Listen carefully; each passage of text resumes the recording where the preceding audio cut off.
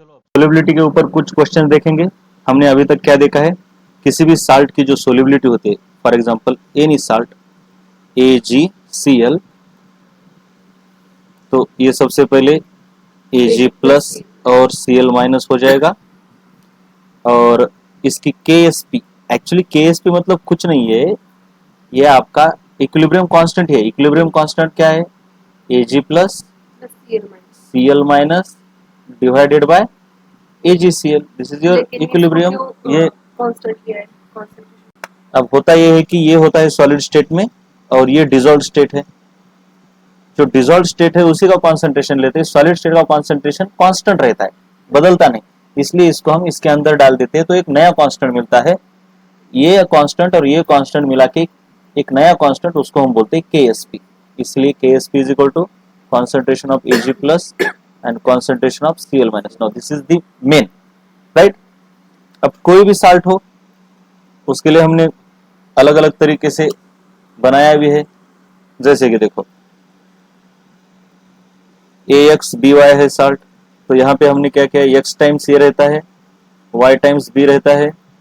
इसकी अगर solubility s है, मतलब इसके s मोल डिसॉल्व हो गए, तो इसके x इंटू एस टाइम और इसके x इंटू सॉरी बहुत बढ़िया y इंटू एस टाइम्स, तो इसकी KSP बन जाएगी concentration of A raise to x, है ना, हमको पता है, मतलब इक्विलिब्रियम कांस्टेंट ही है, कुछ नहीं है।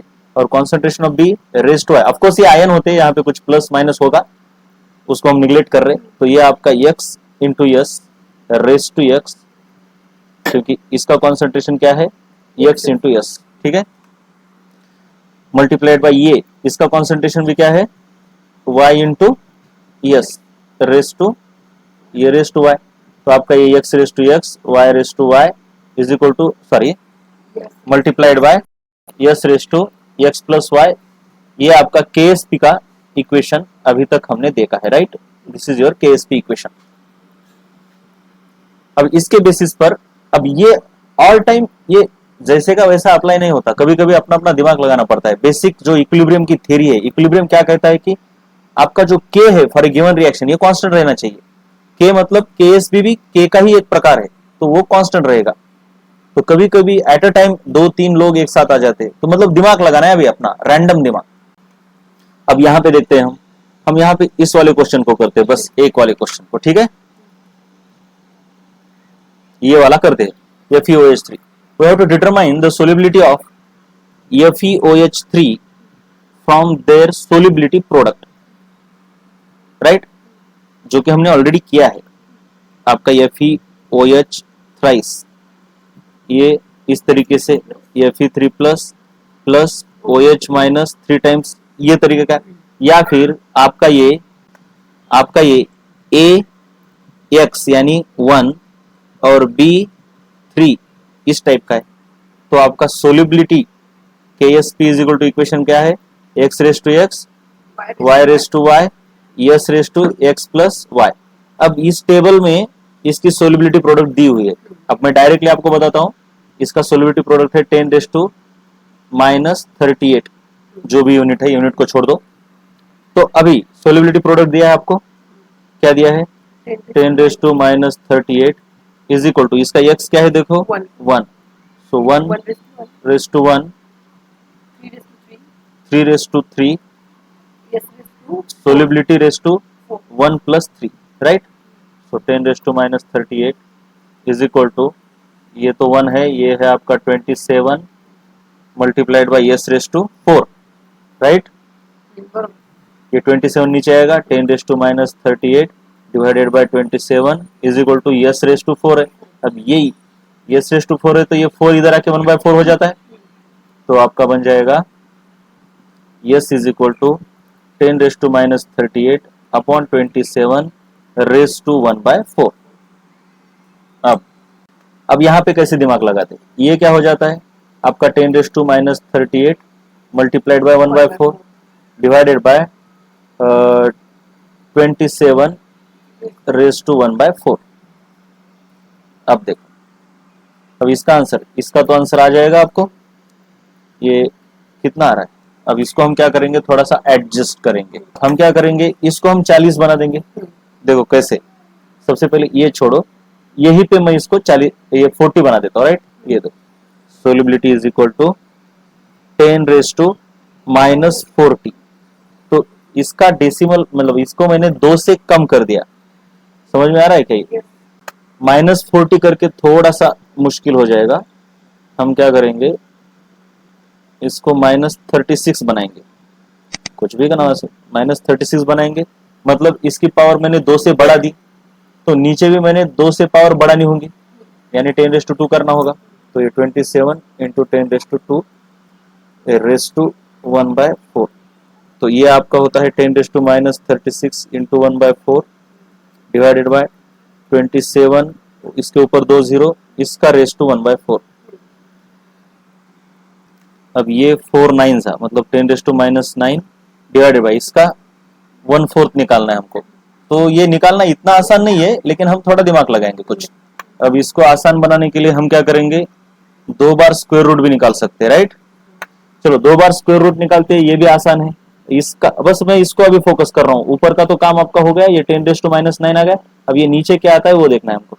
ये 2700 का मैं 2 बार स्क्वायर रूट निकाल रहा हूँ, 1/2 रेस टू 1/2। तो पहले एक बार स्क्वायर रूट कैसे निकालूंगा मैं, ये 27, देखो ये 27 इंटू 100 लिख देता हूँ इसको, इसका स्क्वायर रूट यानी ये भी स्क्वायर रूट और ये भी स्क्वायर रूट, राइट। तो 100 का स्क्वायर रूट तो 10 है, और 27 का स्क्वायर रूट नियरली 5 आ जाएगा। 25 का स्क्वायर रूट क्या है, 5 है ना। हाँ, और याद रखना ये वाला तो है ही ऊपर, ये ऊपर तो है ही, राइट। ये मैंने नीचे वाले को स्प्लिट कर दिया, राइट। तो ये 27 का स्क्वायर रूट कितना आएगा, 5, मतलब 25 का 5 है तो 5.1, तो ये कितना हो गया, 51 हो गया। तो हमको इसका भी स्क्वायर रूट निकालना है, राइट। तो ऐसा करते रहना है, एग्जाम में ना दिमाग लगाना है। तो 49 का स्क्वायर रूट 7 है, तो ये आपका कुछ 7.1 होगा, तो आपकी वैल्यू यहाँ पे आ गई 7.1। अब इसका रेसिप्रोकल लेना है हमको, तो ये 1/7.1, तो इसको हम क्या लिख सकते हैं, देखो मैं यहाँ पे क्या करूंगा, इसको लिखूंगा 10/7.1 इंटू 10⁻⁻10 होगा। तो ये 7 ही है नियरली, क्या है। तो 7 1 जा 7, 3 बचे, कितना हो गया, 30 हो गया, राइट। 7 4 जा, तो ये नियरली 1.4 आ रहा है, लेकिन हमारा ये थोड़ा बड़ा है, इसलिए हमारा ये नंबर थोड़ा कम कर देंगे हम, कुछ ऐसा 1.39 into 10⁻⁻10। So this is your value. तो हमारी सोल्यूबिलिटी आ गई है 1.39 इंटू 10⁻⁻10। ऑफकोर्स मोल पर लीटर में आई है, क्योंकि हमारे जो केएसपी है मोल पर लीटर में दिए। अब हमको क्वेश्चन में ये भी पूछा है कि इसकी वैल्यू आप ग्राम पर लीटर में भी निकालो। तो सिंपल सी बात है, मोल पर लीटर को ग्राम पर लीटर में लेके जाना है, मोल का कन्वर्जन ग्राम में करना है, यानी मोल को मास में लेके जाना है, राइट। सिंपल सी बात है। अब 1.39 मोल को मास में कन्वर्ट करो, लीटर तो लीटर ही रहने वाला है। तो सिंपल से आपको क्या करना है, ये जो Fe कौन है, ये FeCl3 ना, सॉरी FeOH टेकन थ्राइस। तो सिंपल सी बात है, मोल को अगर मास में लेके जाना है तो आपको इसको इसके मोलार मास से मल्टीप्लाई करना पड़ेगा, right. So molar mass multiplied by 1.39 into 10⁻⁻9, तो ये आपकी सोलिबिलिटी ग्राम पर लीटर में आएगी, -10 ग्राम पर लीटर में आएगी। ये इंपॉर्टेंट है, इस पे फोकस करो, राइट। तो अब इसका मोलार मास किधर गया, वो FeOH थ्राइस, इसका मोलार मास आप निकाल सकते हो, ये कुछ 56 है, इसका भी पता है, इसका भी पता है, तो कितना है 106 मल्टीप्लाइड बाय 1.39 इंटू 10⁻⁻10 ग्राम पर लीटर। तो इसका मल्टीप्लीकेशन आप करो, वो आपकी वैल्यू आएगी। अब इसके बाद ये भी पूछा है कि what is the solubility of Fe3+ ions in the solution and OH minus कितने हैं। देखो बेटा, आपका ये ना वर्साटाइल क्वेश्चन होते हैं। FeOH टेकन थ्राइस, इसको डिसॉल्व करोगे तो Fe3+ plus 3 into OH minus. अगर इसके यस डिसॉल्व होते हैं ना, तो इसके यस ही पैदा होंगे, लेकिन इसके 3 टाइम्स यस। तो इसकी अगर सोल्युबिलिटी 1.39 है, मतलब ये इतना डिसॉल्व हुआ है, 1.39 इंटू 10⁻⁻10 ये डिसॉल्व हुआ है, तो वो पूछते हैं कि ये कितने फॉर्म हो गए, तो ये तो उतने फॉर्म हो गए। So this is the molarity of Fe3 plus in that solution, -10. -10, और इसकी मोलारिटी 3 टाइम्स होगी। तो भूलना नहीं, ये यस जो निकाला है ये इसका है या इसका है। हाँ। यस हमने इस जो साल्ट है या जो भी बेस है स्पेरिंगली सोल्यूबल उसका यस निकाला होता है, और इसके हिसाब से हम इसका और इसका निकाल सकते हैं एज पर स्टोइकियोमेट्री। यहाँ पे क्या किया है, दो आपको साल्ट दिए NaOH2 और AgCN दोनों की सोल्युबिलिटी प्रोडक्ट दिया है और पूछा है दोनों में से ज्यादा सोल्यूबल कौन है। देखो सोल्युबिलिटी प्रोडक्ट ज्यादा है इसका मतलब सोल्युबिलिटी ज्यादा है ऐसा नहीं होता, क्योंकि हमने देखा है solubility is equal to solubility product upon क्या रहता है, हाँ ये क्या रहता है x raise to x y raise to y raise to 1 upon x plus y। तो ये डिपेंड करता है x y के ऊपर भी। सोल्युबिलिटी प्रोडक्ट ज्यादा है यानी सोल्युबिलिटी ज्यादा नहीं है, सोल्युबिलिटी ये है आपकी, राइट। तो दोनों के लिए आप निकालो, पहले हम निकालते हैं NaOH ट्वाइस के लिए, इसका सोल्युबिलिटी प्रोडक्ट यहाँ पे दिया है, राइट। तो 2.0 into 10 raise to -15 divided by x raise to, बताओ इसका x 1 raise to 1 multiplied by 2 raise to 2, right. जो भी इसका आंसर, और रेस टू 1 अपॉन 1 प्लस 2 यानी 3। वैसे ही ये हो गया आपका NaOH टेकन ट्वाइस। दूसरा है आपका AgCN, तो AgCN का KSP इधर दिया है, राइट। तो बोलो AgCN के लिए बोलो 2 into 10 raised to minus no 6 into 10 raise to -7 divided by 1 raise to 1 into 1 raise to 1 raise to 1 by 2। अब इसकी वैल्यू हम निकालते हैं, तो इसकी वैल्यू नियरली कितनी है 7.8 इंटू 10 रेस टू माइनस,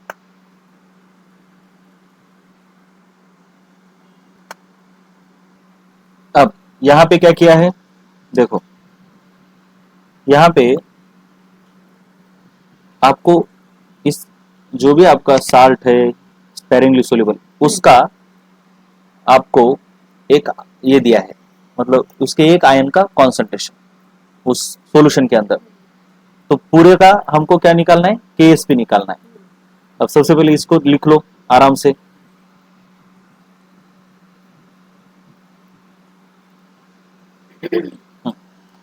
इसको आराम से अगर लिखते हो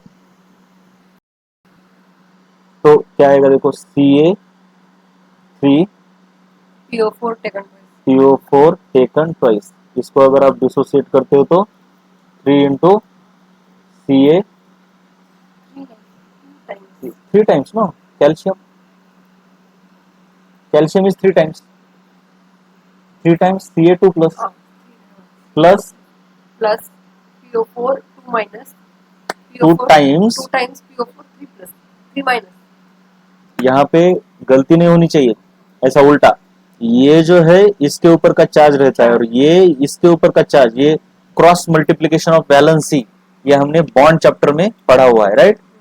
तो अब हम क्या करेंगे, लेट इसकी सोल्युबिलिटी यस है लेट, तो ये कितना फॉर्म होगा 3s एट इक्विलिब्रियम, और ये 2s फॉर्म होना चाहिए। वैसे तो लिखने का तरीका ये होता है, ये तो ऐसा या यस नहीं लिखते, इनको ऐसे नीचे लिखते हैं ऐसा, क्योंकि ये इनिशियली होता है और इक्विलिब्रियम आने के बाद ये डिसॉल्व होके ये फॉर्म हो जाते हैं, ये ठीक है ना। हाँ तो बस हमको दिया किसका है कॉन्सेंट्रेशन, ये देखो ये फॉस्फेट आयन का, यानी ये वाला कॉन्सेंट्रेशन दिया है आपको, यानी 2s की वैल्यू दी है यही ना। 2s की वैल्यू कितनी दी है आपको 2 इंटू 10 रेस टू -5। हाँ। सही बात है, यानी ये फॉस्फेट आयन का कॉन्सेंट्रेशन दिया है, सही बात है ना। तो S इज इक्वल टू ये 2 और 2 कैंसिल हो गया 10 रेस टू -5। तो सिंपल सी बात है, इसकी वैल्यू आ गई आपकी, यानी ये इसकी वैल्यू आ गई 2 इंटू 10 रेस टू -5 और इसकी वैल्यू आ गई 3 इंटू 10 रेस टू -5। अब सोल्युबिलिटी प्रोडक्ट क्या होता है, हमने देखा है सोल्युबिलिटी प्रोडक्ट, हाँ तो KSP is x raise to x y raise to y, yes raised to x plus 1 x क्या है 3 raised to 3 this is your x and this is your y. हाँ, 3 raised to 3, 2 raised to 2 2 raised to 2. s raised to 5. Yes, yes निकालने के बाद हमने जो yes निकाला था ना ये, उसके बाद डायरेक्टली हम KSP लिख सकते थे. अगर आपको पूछा जाए कि इनका कॉन्सेंट्रेशन क्या है तो ये निकालने की जरूरत है, अदरवाइज नहीं निकाले तो भी चलता है, राइट? क्योंकि हमारे पास ये फॉर्मूला है ना. तो यस कितना है, 10 raised to -5 raised to 5. तो ये आपका 27 into 4 108 27 चौक अष्टोदर्श into 10 raised to, this is your solubility product. अब तक हम क्या कर रहे थे, KSP दिए सोल्युबिलिटी निकालो, सोल्युबिलिटी दिए KSP निकालो. अब इस क्वेश्चन में हमने क्या किया कि किसी एक आयन की सोल्युबिलिटी दी है या उसका मोलर कॉन्सेंट्रेशन दिया है तो उससे KSP निकालना है. चलो अब एक नया कंसेप्ट है, common ion effect on solubility of ionic salt. उसमें हम देखेंगे calculation of new solubility after the addition of common ion. कुछ भी नहीं है, मान लो आपके पास एक कोई स्पेरिंगली सोल्यूबल साल्ट है AX/BY जो कि इस तरीके से डिसोसिएट हो रहा है पानी के अंदर, X इंटू A कुछ प्लस चार्ज और Y इंटू B उसके ऊपर कुछ माइनस चार्ज कुछ तो होगा. तो हमको पता है, हमको क्या पता है, देखो कि सोल्युबिलिटी क्या होती है, KSP upon X raise to X Y raise to Y 1 by X plus Y. अब हमको देखना है अगर हम कोई कॉमन आयन डालते हैं इसके अंदर, ये जो भी सॉल्यूशन है आपका जिसके अंदर A और B डिसोसिएटेड फॉर्म में है और इनकी सोल्युबिलिटी कुछ आ रही है, ये वाली यही तो सोल्युबिलिटी आती है. मान लो इसकी वैल्यू कुछ आ रही है 2 मोलर, इस सोल्युबिलिटी की वैल्यू मतलब 2 मोल इस AX/BY के इसमें डिसॉल्व हो रहे हैं. डिसॉल्व हो रहे हैं यानी सोल्युबिलिटी का आपको पता है क्या होता है. ये एक्चुअली ये जो वेसल है इसके अंदर ये यहाँ पे वो ये AX/BY यहाँ पे सॉलिड स्टेट में रहता है, राइट? और इसके आयंस इस सॉल्यूशन में जाते हैं A प्लस और B माइनस, राइट? मतलब ये जो A और B है ना, कहाँ पे है वो,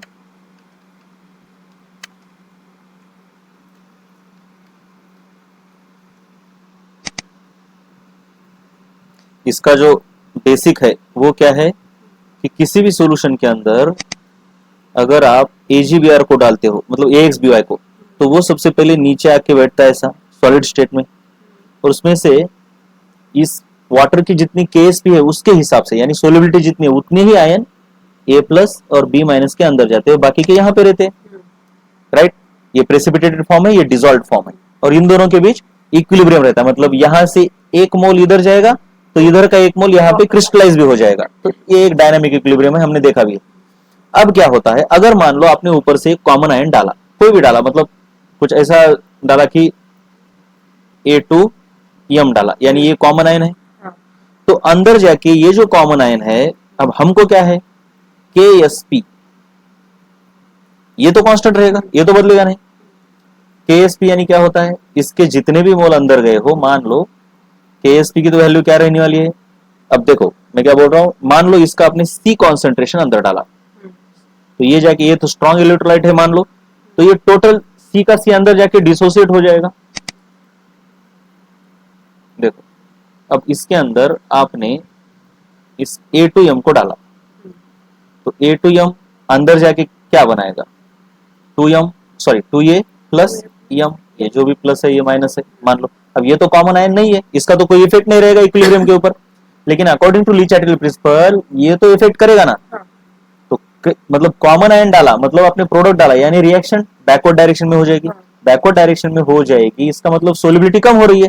बैकवर्ड मतलब ये वाला यहाँ आके प्रेसिपिटेट हो रहा है, तो सोल्युबिलिटी कॉमन आयन से कम होती है, हमने ऑलरेडी देखा भी है, राइट? कैसे होती है ये भी देख लो, मतलब उसका प्रूफ भी देख लेते हैं. अब KSP की वैल्यू क्या होती है, अब देखो सबसे पहले मतलब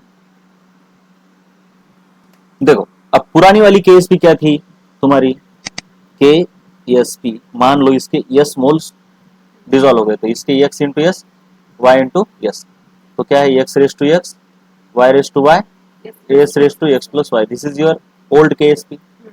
अब नई KSP एज पर डेफिनेशन क्या होनी चाहिए. अब पानी के अंदर क्या क्या है देखो, पानी के अंदर, ठीक से देखो बेटा आप, अब पानी के अंदर आपके पास क्या क्या है ये देखो जरा।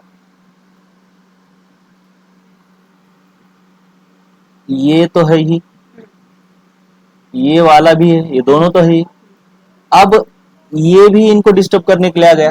डिस्टर्ब ये नहीं करता, हाँ, लेकिन जो भी इक्विलिब्रियम कांस्टेंट है वो पानी के अंदर जितने भी बंदे हैं उसको लेता है। अब इसकी केएसपी एज पर डेफिनेशन आप कैसे लिखोगे? इस साल्ट के लिए, इस साल्ट के लिए आप कैसे लिखते हो? कॉन्सेंट्रेशन ऑफ दिस, मतलब कॉन्सेंट्रेशन ऑफ, मतलब बेसिक डेफिनेशन। केएसपी की बेसिक डेफिनेशन ये तो नहीं है। बेसिक डेफिनेशन क्या है केएसपी की? एक इक्विलिब्रियम कांस्टेंट है। मतलब इस रिएक्शन के लिए इक्विलिब्रियम कांस्टेंट कैसे डिफाइन करोगे आप? A concentration of A raise to X, concentration of B raise to Y. अब पुराने मतलब इसको डालने से पहले, इसको डालने से पहले इसका कॉन्सेंट्रेशन एस इंटू एक्स था और इसका वाई इंटू एस था, राइट? वो डालने के बाद हमारी वैल्यू ये आई थी, ये जो आई ना वैल्यू, तो उस तरीके से आई है। लेकिन अब ये डाला है हमने, तो अब ये केएसपी क्या करेगी? देखेगी अंदर ये कहां कहां पे, तो इसको केएसपी को अंदर ये कहां कहां पे दिख रहा है, जरा ठीक से देखो। ये तो ये है ही दिख रहा है, इसको ये भी तो दिख रहा है, हमने इसका कॉन्सेंट्रेशन सी डाला है, इसका यस है इसलिए यहाँ पे एक्स इंटू एस लिखा। अब इसका सी है तो यहाँ पे 2 इंटू सी आएगा, 2c आएगा इसका कॉन्सेंट्रेशन। तो ये ए का कॉन्सेंट्रेशन उस पानी के अंदर एक्स इंटू एस तो है ही, ये तो है ही, हाँ, प्लस ये भी है प्लस 2c और रेस टू एक्स, क्योंकि एक्स ये इसके हिसाब से ही चलता है इसका काम, स्टोइकोमेट्री। अब बी तो इस केएसपी को बी तो बस यहाँ पे दिख रहा है, मतलब कितना है y into S raise to y, बस बदलाव किसमें आया? इस कॉमन आयन में, राइट?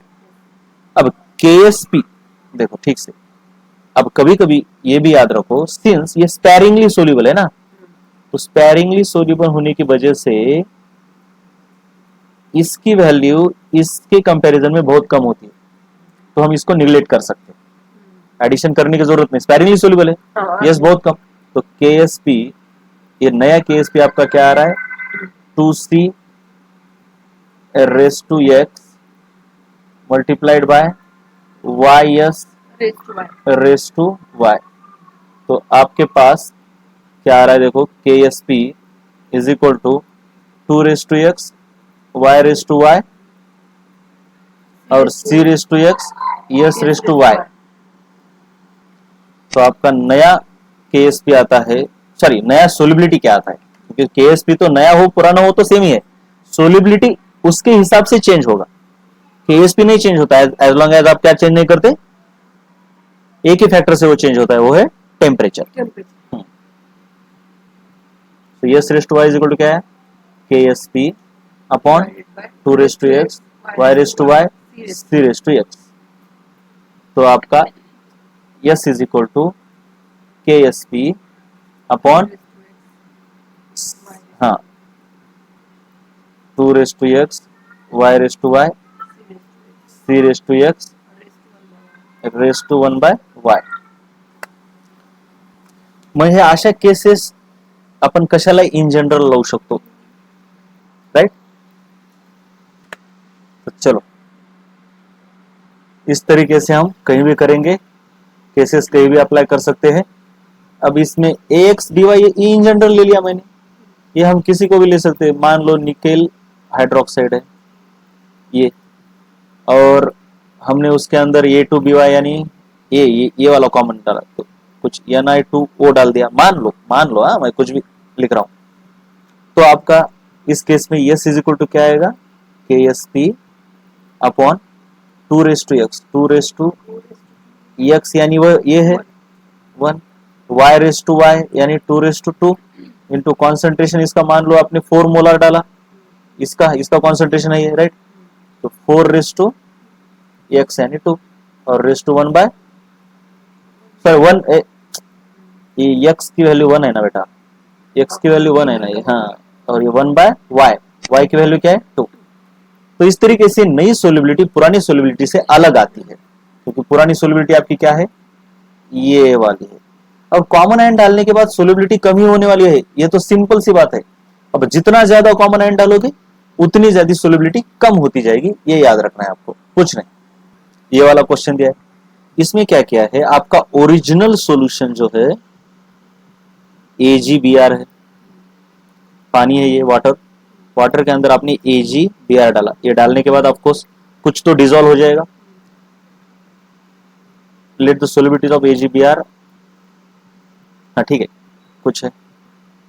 अब क्या किया है, इस AgBr सॉल्यूशन को अलग अलग सॉल्यूशन के अंदर डाला है, मतलब इस AgBr को एज अ कॉमन आयन। हाँ इसके अंदर डाला है, इसके अंदर डाला है, इसके अंदर डाला है, और कॉमन आयन ये नहीं, इसकी सोलिबिलिटी इनके अंदर क्या है, मतलब आपके पास सॉल्यूशन है A B C। पहला सॉल्यूशन है 0.01 molar calcium bromide, 0.01 molar KBr, 0.01 molar 5 sorry 0.05 molar AgNO3। In solution के अंदर AgBr को डाला है, और किसके अंदर सबसे ज्यादा सोलिबिलिटी है, मान लो इस सॉल्यूशन के अंदर AgBr की सोलिबिलिटी S1 है, इसके अंदर S2 है, और इसके अंदर S3 है, ऐसा दिया है। तो सबसे ज्यादा कौन है, S1 S2 S3 में से। अब और एक दिया है कोई, तो S1 S2 S3 नहीं, और एक वाटर भी दिया है, प्लेन वाटर। तो प्लेन वाटर हम लेंगे, हम क्या करेंगे, प्लेन वाटर के अंदर S1 दिए, तो हम इनको शिफ्ट करेंगे नीचे इस तरीके से, राइट। तो आपका ये है प्लेन वाटर, और ये डी। अभी तो हमने क्या देखा कि कॉमन आयन यहाँ पे कौन से, वाटर में तो कोई कॉमन आयन नहीं है, यहाँ ब्रोमीन उसको परेशान करेगा। मतलब AgBr सबसे ज्यादा किसके अंदर घुलेगा, तो वहां घुलेगा जहां कॉमन आयन नहीं है। हाँ, तो वाटर के अंदर सबसे ज्यादा सोलिबिलिटी होगी AgBr की, उसके बाद यहाँ और यहाँ ब्रोमीन का कॉन्सेंट्रेशन उतना ही है। तो इन दोनों के अंदर सोलिबिलिटी AgBr की सेम होनी चाहिए, नहीं, लेकिन ये CaBr2 है, राइट। CaBr2 यानी यहाँ पर ब्रोमीन ज्यादा है ना, क्योंकि Br2 है ना, इसको कैलकुलेशन करने की जरूरत नहीं है, ऐसे ही करना है मुंह से। अब तो इसका मतलब सबसे ज्यादा तो यहाँ जो कि कॉमन है ही नहीं। उसके बाद इन दोनों में कम कहा, नहीं कम, यस इसमें कम, S2 कम, S2 में नहीं, S2 कम, सॉल्यूशन B में सोलिबिलिटी S2 है, वो कम होगी क्योंकि यहाँ पे कॉमन आयन ज्यादा है। क्योंकि दोनों, आप बोलोगे दोनों 0.01 मोलर है, नहीं, लेकिन कॉमन आयन देखना, ये 2 टाइम्स है ना, तो आपकी S3 से कम S2 होना चाहिए, है ना, ऐसा। अब ये वाला देखो, यहाँ तो सॉरी कौन है ये, फाइनल वाला AgNO3 है ना, हाँ, तो यहाँ पे Ag आपका कॉमन आयन है, NO3 तो नहीं है, लेकिन ये कितना है, 0.05 है। यहाँ पे ब्रोमीन कॉमन है, लेकिन कितना है, 0.02 है, 0.02 है ना, 2 टाइम्स। लेकिन यहाँ पे सिल्वर कितना है, 0.05, तो ज्यादा कॉमन आयन तो यहाँ पे, तो सबसे कम कौन होगा, S4।